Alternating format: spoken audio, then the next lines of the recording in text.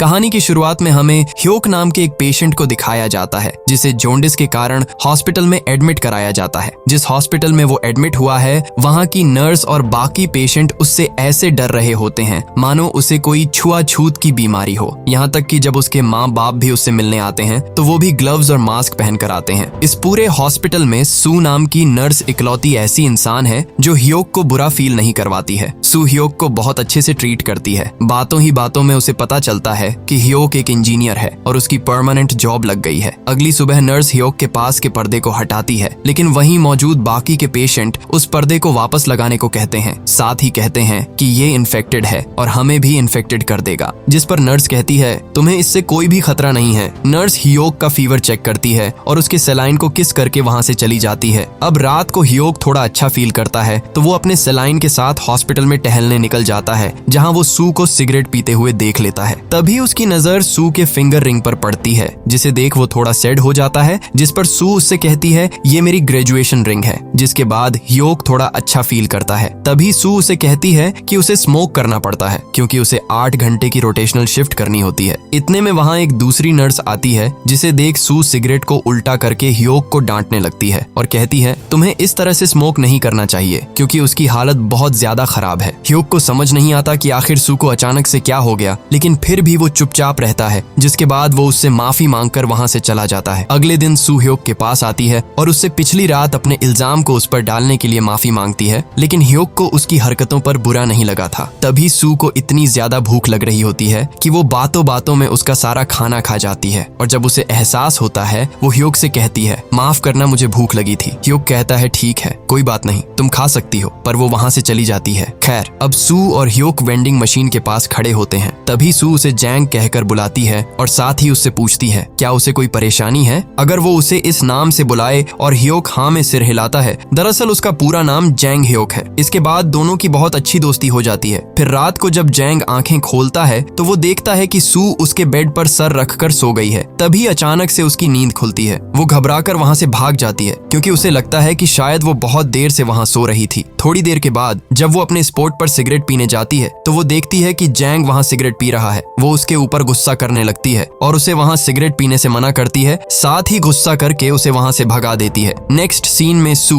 उसके regular checkup के लिए आती है तो वो देखती है कि उसने अपने फोन पर एक वॉलपेपर रखा है जहाँ सॉरी लिखा है और साथ में ये भी लिखा है कि आज के बाद वो कभी भी स्मोक नहीं करेगा। अब ये सिलसिला चलता ही रहता है। जैंग बार बार सू को अपने बेड के पास बुला लेता था ताकि वो आराम कर सके। कभी कभी वो उसके लिए फ्रूट देता है तो कभी उसकी वाटर बोतल में नूडल्स डाल देता है ताकि वो खा सके। अगले दिन जब सू हॉस्पिटल आती है तो जैंग उसे बहुत सारा टेस्टी खाना खिलाता है जो उसने दूसरे पेशेंट के पास से चुराया था। सू को खाना बहुत पसंद आता है। वो दोनों एक दूसरे के बहुत करीब आ गए थे। एक दिन जब सू दोबारा आकर जैंग के बेड पर सो जाती है तो वो 2 मिनट बाद ही उठ जाती है क्योंकि उसे लगता है कि शायद वो काफी देर से सो रही है और उस दिन के बाद से सू रोज उसके बेड पर आकर सो जाती है। लेकिन जैंग इस बात का पूरा ध्यान रखता है कि समय ज्यादा ना हो जाए। एक दिन डॉक्टर राउंड पर आते हैं और जैंग का चेकअप करते हैं। वो उसे बताते हैं कि अब तुम घर जा सकते हो, जिस पर जैंग कहता है मैं अब तक अच्छा महसूस नहीं कर रहा हूँ, मुझे लगता है कि मुझे यहाँ कुछ और दिन रुकना चाहिए। डॉक्टर कहते हैं तुम जा सकते हो, बाकी का आराम और इलाज तुम अपने घर पर भी कर सकते हो। जिसके बाद जैंग एक गुलदस्ता लेकर सू को प्रपोज करने का सोचता है। शाम को जैसे ही नर्स को मदद के लिए बुलाता है, इस बार सू की जगह हेड नर्स आती है और वो गुलदस्ता देखकर बहुत खुश हो जाती है। लेकिन हेड नर्स को देखकर जैंग इतना डर जाता है कि उसके मुंह पर ही वहाँ का पर्दा बंद कर देता है। अगले दिन जैंग वहाँ से जाने लगता है तो सू वहाँ नहीं थी क्योंकि उसने किसी वजह से कुछ दिनों की छुट्टी ली थी। जैंग जाने से पहले नर्स की लिस्ट से सू का नंबर ले लेता है, लेकिन तभी एक नर्स वहाँ आकर उससे पूछने लगती है कि तुम यहाँ क्या कर रहे हो। इसके बाद वो उन पेशेंट के पास जाता है जो उसका मजाक बना रहे थे। वो उन लोगों से जबरदस्ती दोस्ती कर लेता है ताकि वो दोस्ती के बहाने सू से मिलने वापस हॉस्पिटल आ सके।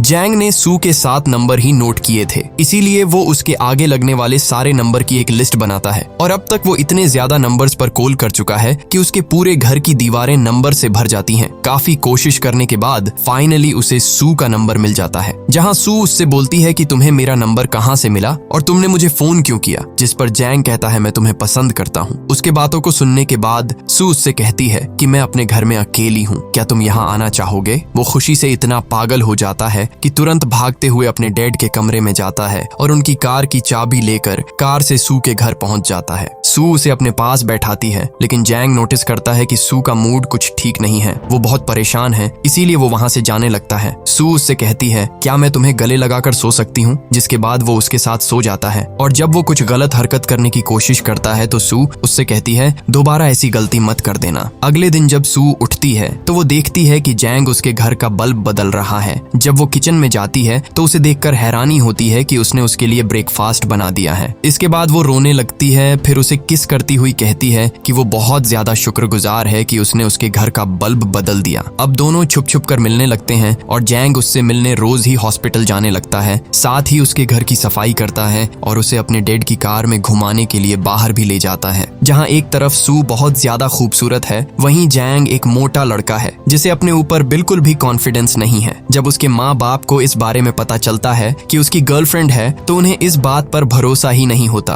खैर, अगले दिन जैंग देखता है कि सू की ग्रेजुएशन रिंग उसके पास नहीं है। पूछने पर वो बताती है कि वो कहीं खो गई। वहीं जैंग कहता है कि जब मुझे जॉब मिल जाएगी तो तुम अपनी जॉब छोड़ देना। फिर एक दिन सू उससे कहती है, मेरे पास जेजू ट्रिप के 2 टिकट्स हैं, क्या तुम मेरे साथ चलोगे? जैंग तैयार हो जाता है और फिर वो दोनों ट्रिप के लिए शॉपिंग करने जाते हैं, जहाँ सू जैंग और अपने लिए मैचिंग टी शर्ट लेना चाहती थी, लेकिन उन्हें जैंग के साइज की कोई भी शर्ट नहीं मिलती, जिससे जैंग थोड़ा नाराज हो जाता है। वो दोनों ही जेजू जाने के लिए एयरपोर्ट पर पहुंचते हैं, जहां सू उसे नए शूज गिफ्ट करती है। जैंग को ये लगता है कि उसके वेट की वजह से उन लोगों को मैचिंग टी शर्ट नहीं मिल पाई, इसलिए सू मैचिंग शूज लेकर आई है और अब वो अपने आप से प्रॉमिस करता है कि नेक्स्ट क्रिसमस तक वो अपना पूरा वेट कम कर लेगा और हम दोनों एक जैसी टी शर्ट भी पहनेंगे। जिसके बाद वो शूज को पहनकर दौड़कर दिखाने लगता है। अगले सीन में हमें एक लड़के को भागते हुए दिखाया जाता है जो कि बहुत ज्यादा फिट है और उसने वही जूते पहन रखे हैं जो जैंग ने एयरपोर्ट पर पहने थे, लेकिन वो जूते थोड़े से ज्यादा पुराने हो गए थे। ये लड़का भागते हुए सू के पास जाता है और सू उसे जैंग कहकर गले से लगा लेती है। सू उसी हॉस्पिटल में जॉब करती है और जैंग भी अब जॉब करता है, लेकिन अब जैंग पहले से कहीं ज्यादा हैंडसम लगता है। वो सू के साथ उसके घर में ही रहने लगा था। वो दोनों एक दूसरे से प्यार भी करते थे। हर रोज जैंग ऑफिस जाने से पहले सू के लिए ब्रेकफास्ट बनाता था और कचरे को बाहर फेंकता था। शाम को जब सू की शिफ्ट खत्म होती है तो वो देखती है कि जैंग एक नई कार के साथ उसका वेट कर रहा है। वो उसके पास जाती है। जैंग उसे बताता है कि ये मेरी नई कार है। साथ ही वो उसे एक रिंग भी गिफ्ट करता है और उसे बताता है कि मेरा ट्रांसफर एक मल्टीनेशनल कंपनी में हो गया है और अगर वो वहाँ के लोगों को इम्प्रेस कर देता है तो उसके प्रमोट होने के चांसेस 100% हैं। लेकिन तुम चिंता मत करो, मैं हर 2-3 दिन में तुमसे मिलने आता रहूंगा। अगले दिन जैंग अपने ऑफिस के लिए निकल जाता है। वो देखता है कि वहाँ पर बहुत ज्यादा ट्रैफिक है, साथ ही लोग इतने ज्यादा मिसमैनर्ड हैं कि वो लोग अपनी कार में ही तैयार होते हैं। इस पर जैंग हंसते हुए कहता है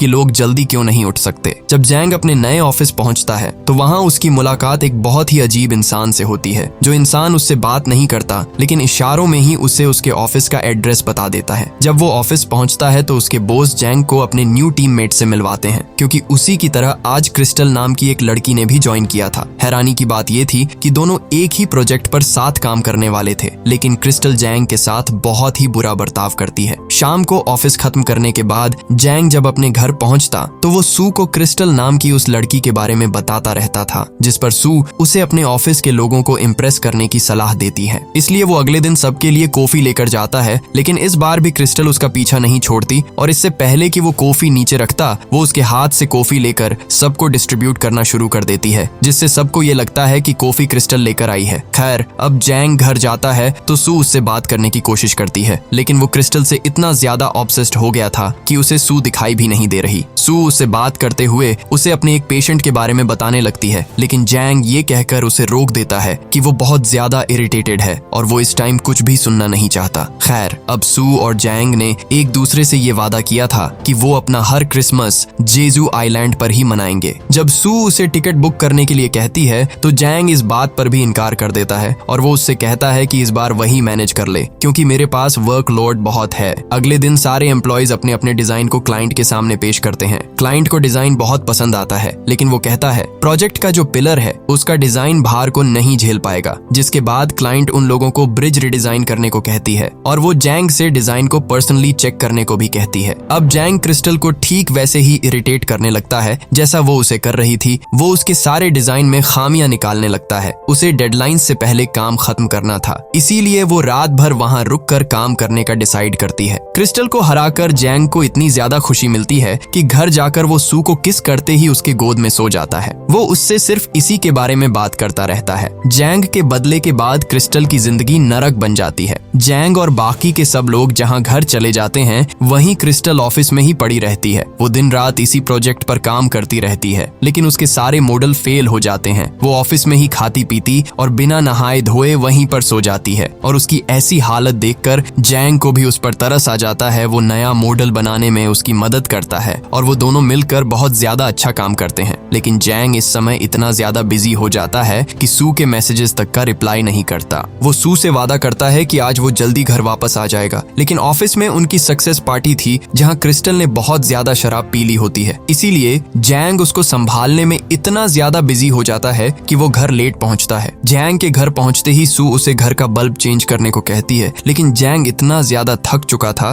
कि न तो वो बल्ब चेंज करता है और न ही घर का कचरा बाहर फेंकता है। खैर, अब अगली बार फिर से जब सू और जैंग को मिलना था, तब जैंग क्रिस्टल के साथ डिनर पर चला जाता है। जब सू उसे कॉल करके पूछती है तो जैंग उसे झूठ बोल देता है कि वो ऑफिस के काम में बिजी है, लेकिन सू कहीं ना कहीं ये समझ जाती है कि वो उससे झूठ बोल रहा है। दूसरी तरफ हमें जैंग और क्रिस्टल को दिखाया जाता है जो ऑफिस में देर रात तक काम कर रहे थे। तो वो दोनों एक दूसरे के पास आ जाते हैं, लेकिन इससे पहले कि वो किस करते जैंग वहां से चला जाता है। वो जैसे ही घर पहुंचता है, सू उससे कहती है कि न तो उसने बल्ब चेंज किया है और न ही घर का कचरा बाहर फेंका है, और इस बात पर दोनों झगड़ा करने लगते हैं। तभी सू बातों ही बातों में जैंग से बताती है कि वो काफी दिनों से इस बारे में बात करने की कोशिश कर रही है। ऐसा इसलिए है क्योंकि उसे लग रहा है कि शायद वो प्रेग्नेंट है। जब वो डॉक्टर के पास जाती है तो उसे पता चलता है कि वो 4 वीक्स प्रेग्नेंट है, लेकिन जैंग को इस बात की खुशी नहीं होती, लेकिन दुख ज्यादा होता है क्योंकि उसे अब क्रिस्टल से बात करना छोड़ना होगा। न चाहते हुए भी अब वो एक परफेक्ट बॉयफ्रेंड बनने की कोशिश करता है। वो हर रोज ऑफिस से जल्दी निकल जाता है और क्रिस्टल को इग्नोर करने की कोशिश करता है। अगले दिन जैंग छुट्टी लेकर सू का अबॉर्शन करवाने के लिए उसके साथ हॉस्पिटल चला जाता है, जहां सू देखती है कि जैंग अच्छा फील नहीं कर रहा, इसीलिए वो उसे बाहर जाकर बैठने को कहती है और जैंग वहां से चला भी जाता है। सू अबॉर्शन करवाकर वापस आती है तो जैंग उसे गले से लगा लेता है और उसे लेकर घर आ जाता है। सू अच्छा फील नहीं कर रही थी, इसलिए जैंग उसके साथ रहने का सोचता है। तभी उसके कंपनी से कॉल आता है तो वो कहता है आज मैं नहीं आ पाऊंगा, लेकिन तभी सू उसे कहती है कि मैं ठीक हूँ, अगर तुम जाना चाहते हो तो जा सकते हो। पहले तो जैंग मना करता है, लेकिन फिर वो ऑफिस चला जाता है। असल में उसके बर्ताव से सू समझ गई थी कि वो अब बस उससे दिखाने के लिए प्यार करता है, लेकिन अब जैंग हर रोज सू से मिलने उसके घर आने लगा था। लेकिन हर रोज लंबी ड्राइविंग के बाद न तो वो अपने काम पर फोकस कर पाता था और न ही वो सू को टाइम दे पाता था।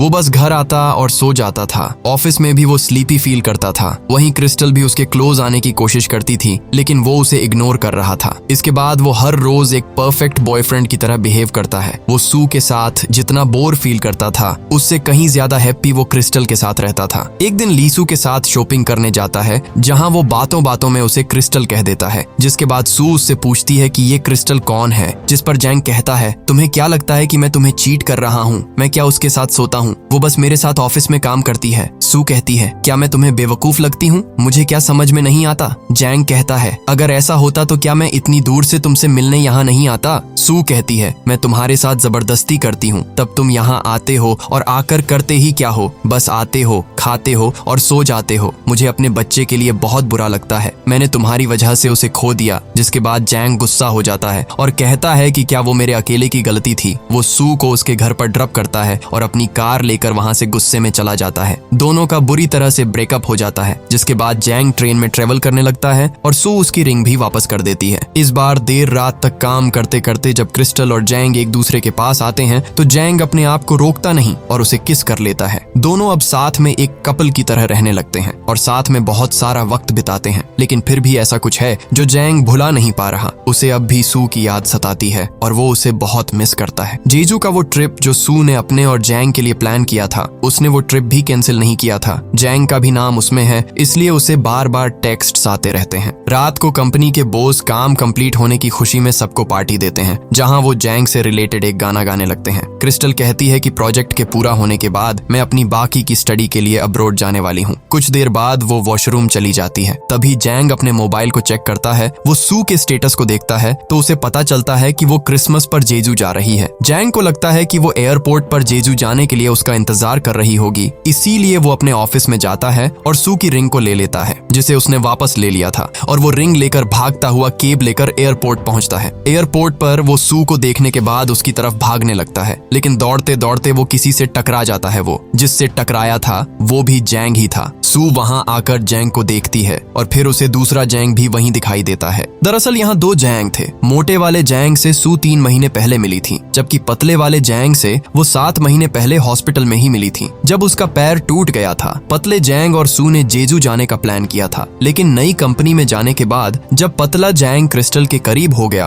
और वो सू को इग्नोर करने लगा, तो उस वक्त सू को उसकी सबसे ज्यादा जरूरत थी। इसी बीच सू की लाइफ में मोटा जैंग आया और वो दोनों एक दूसरे के करीब हो गए। इसीलिए मोटा जैंग सू के पास उसकी रिंग को देखता है, लेकिन बाद में उसके पास वो रिंग नहीं थी। मोटे और पतले जैंग दोनों का नाम जैंग था, इसीलिए सू मोटे जैंग के साथ जेजू जाने का डिसाइड करती है, क्योंकि फिट जैंग ने उसे कंप्लीटली इग्नोर कर दिया था। यहाँ पर सू फिट जैंग को पूरी तरह से इग्नोर कर देती है और उसे बिना कुछ कहे मोटे जैंग के साथ जेजू चली जाती है। इसके बाद जैंग वापस से भागते हुए क्रिस्टल के पास जाता है और कहता है कि तुम मुझे छोड़कर मत जाओ। वो सू की रिंग को क्रिस्टल को पहनाने लगता है और उसे प्रपोज कर देता है, लेकिन वो उसे मना कर देती है और ये कहानी यहीं खत्म हो जाती है। दोस्तों, आपका दिल से शुक्रिया वीडियो को लाइक और आपके अपने मिस्ट्री एक्सप्लेन चैनल को सब्सक्राइब करने के लिए।